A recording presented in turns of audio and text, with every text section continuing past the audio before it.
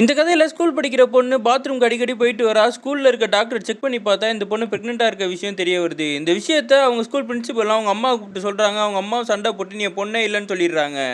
இந்த பொண்ணு அவளுக்கு என்ன நடந்ததுன்னே தெரியாம விவரம் இல்லாம அழுதுகிட்டு இருக்கா. எங்க அப்பாவை பார்க்கணும்னு சொல்லிக்கிட்டு இருக்கா. என்னன்னா அவங்க அப்பாவும் அம்மாவும் டைவர்ஸ் ஆயிருந்திருப்பாங்க. அவங்க அப்பா கூட தான் இந்த பொண்ணு மோஸ்ட்லி வாழ்ந்துகிட்டு இருந்திருப்பா. அதனால தான் இந்த பொண்ணு பிரெக்னென்ட் என்னன்னு சொல்லி ஒரு கேவலமான முடிவை இந்த ஸ்கூல்ல இருக்க எல்லாருமே எடுக்கிறாங்க.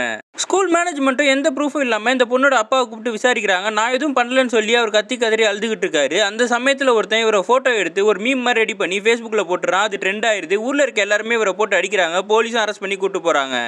போலீஸ் ஸ்டேஷனில் ஒரு நல்ல இன்ஸ்பெக்டர் இருக்காரு. அவர் இந்த அப்பாவோட மனசை புரிஞ்சுக்கிட்டு இந்த மாதிரியான அப்பாலாம் பண்ணுவாங்கன்னு இவரை ரிலீஸ் பண்ணி விட்டுறாரு. அந்த மேனேஜ்மெண்ட்டையும் போய் சரியா விசாரிக்காம ஏன் இந்த மாதிரி பண்ணீங்கன்னு சொல்லி திட்டுறாரு.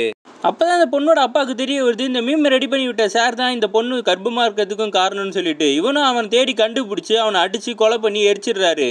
எது நடந்தாலும் அப்பா கிட்ட சொல்லணுன்ற ஒரே காரணத்துக்காக தான் அந்த பொண்ணு அவங்க அப்பாவை கூப்பிட்டுருப்பா. அந்த ஸ்கூல்ல இருக்க எல்லாருமே தப்பா புரிஞ்சுக்கிட்டு அவருக்கு தண்டனையும் வாங்கி கொடுத்துருப்பாங்க. இப்போ இவரும் வந்து அவனை கொலை பண்ணிட்டு இந்த பொண்ணுக்கு தேவையான நீதியும் வாங்கி கொடுத்துட்றாரு.